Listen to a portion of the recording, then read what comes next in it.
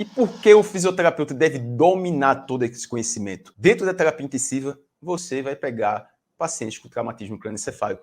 Eu não trabalho na UTI neurológica, eu trabalho só na UTI geral. Vai chegar paciente para você com traumatismo crânioencefálico.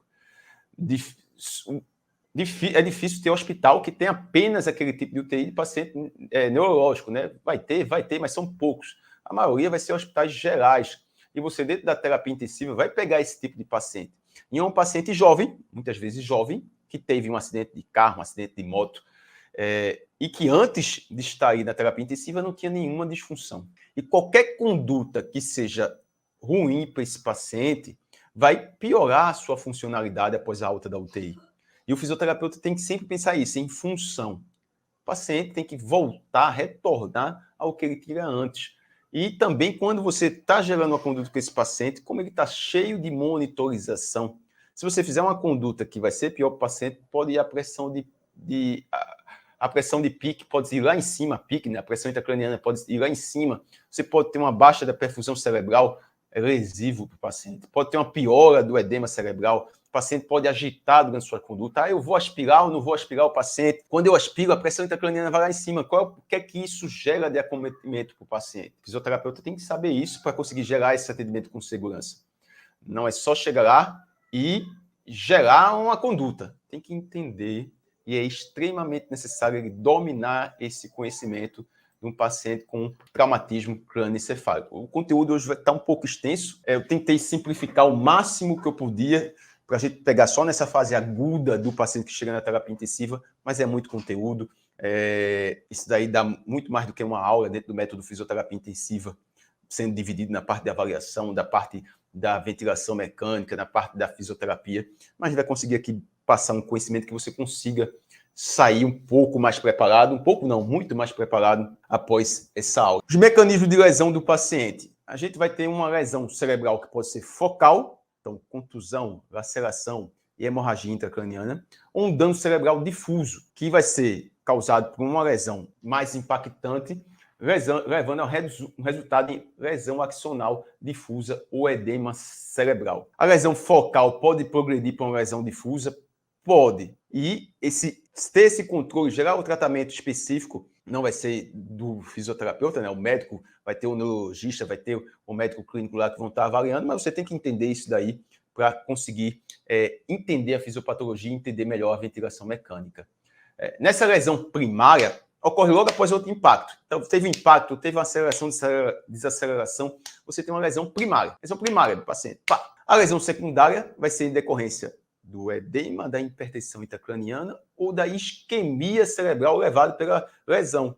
Porque quer dizer que o paciente pode estar lá com a FO2 a 100%, saturando 98% e está tendo isquemia cerebral? Pode. Que é esse um dos conceitos que a gente vai falar aqui do fluxo sanguíneo cerebral. Se tiver sem estar chegando o fluxo lá no cérebro, não está chegando o sangue oxigenado. E aí você vai ter uma isquemia localizada daquela região, levando a uma morte celular. Essa lesão primária vai ter o impacto, ela gera um processo inflamatório, que pode ser controlado, ou pode gerar um processo de liberação de mediadores, que gera vasodilatação, que gera edema, que pode gerar esse aumento da pressão intracraniana. Então, HIC, para quem não está acostumado, hipertensão intracraniana.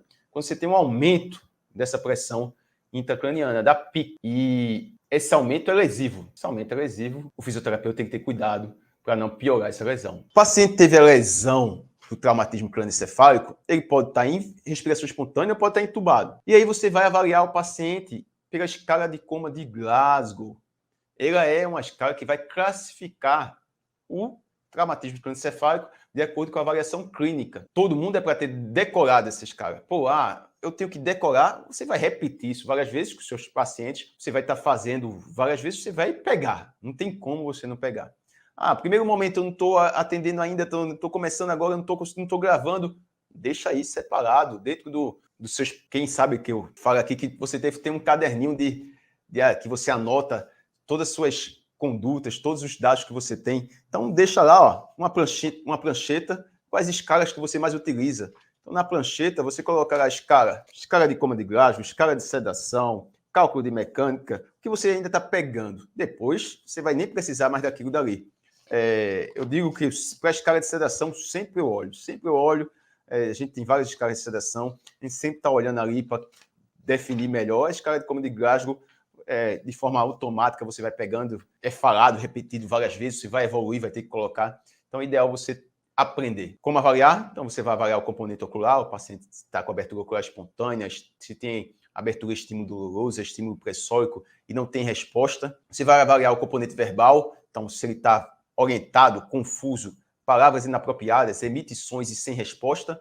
E motora, sem resposta, extensão, descerebração, flexão, decorticação, estímulo de retirada, se localizador e obedece a comandos. Lembrando que descorticação é flexão de membros superiores, extensão de membros inferiores. Descerebração é extensão de membros superiores e extensão de membros superiores. Então, descerebração é a extensão total. Descorticação é flexão de membros superiores, extensão de membros inferiores. O máximo da pontuação da escala de coma de Glasgow, 15. Esse é o máximo. Se você somar 6 com 4, 10, mais 5, 15. Cuidado para não evoluir lá, escala de coma de Glasgow 16, 17. Não, o máximo vai ser 15 aí que você tem da escala de coma de Glasgow. E a partir que você dá da análise dessa escala, você vai ter TCE leve, 13 a 15 na escala de Glasgow. TCE moderado, traumatismo crânioencefálico moderado, de 9 a 12. Traumatismo crânioencefálico grave, de 3 a 8. Pô, você está lá, o paciente chegou após um TCE, após um acidente automobilístico, está com um Glasgow de 7, provável TCE grave. Vai ter que ter essa avaliação clínica, né? Outros exames vão ser feitos com pacientes, ele pode modificar desde a sua internação, pode ter uma variação aí dentro dessa classificação, por isso que deve ser feito também uma avaliação rotineira desses pacientes, desses caras de coma de Glasgow. E, relembrando, você vai pegar esse tipo de paciente dentro da terapia intensiva.